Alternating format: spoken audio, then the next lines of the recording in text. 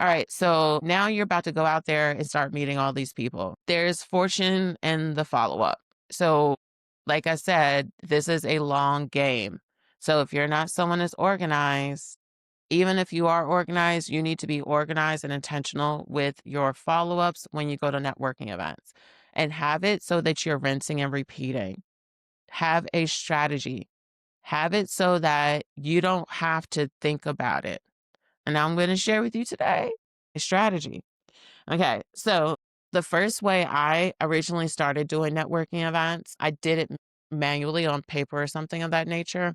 Now I use Honeybook. So if you're using a CRM, you can do this as well. So the way that I do it when I'm at networking events, I have a digital card, and the card that I have it under is Blink, BLIN.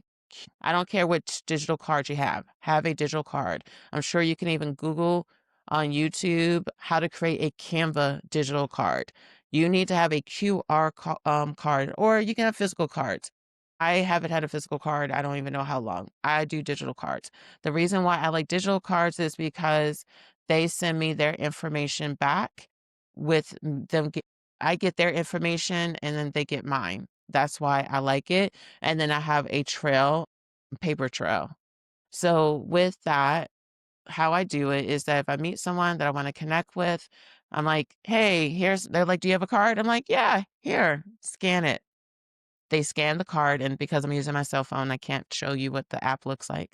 But uh, I scan it. They send me their info and then they get my info. Amazing. The next step to it is that within 24 to 48 hours after meeting them, I send them a message. And it's not a sales pitch unless that's what the conversation ended at. I do not go in for the juggler.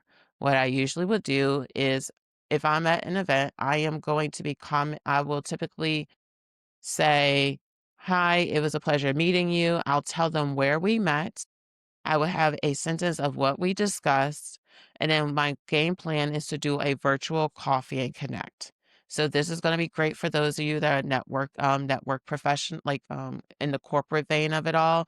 For those of you that might be meeting individuals that are not connectors, what I like to also do is still send that person a message. If I have a new event that's coming up or some cool thing that's happening, I'll just do that, but I'm not going to pitch my services.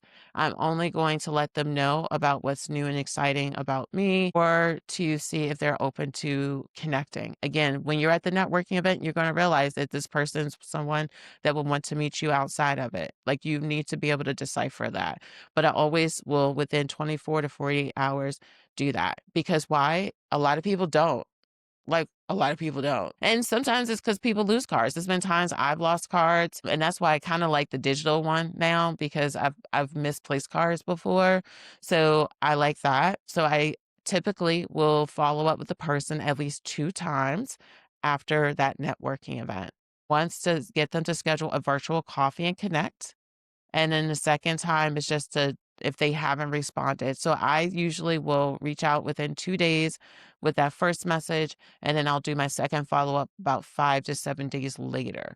And the reason why is because sometimes people are just busy and they just need that gentle reminder.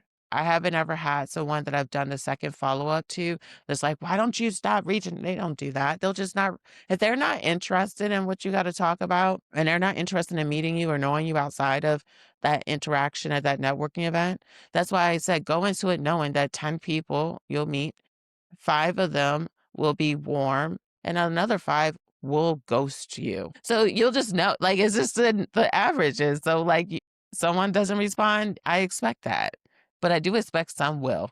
So that's why you need to do follow-ups.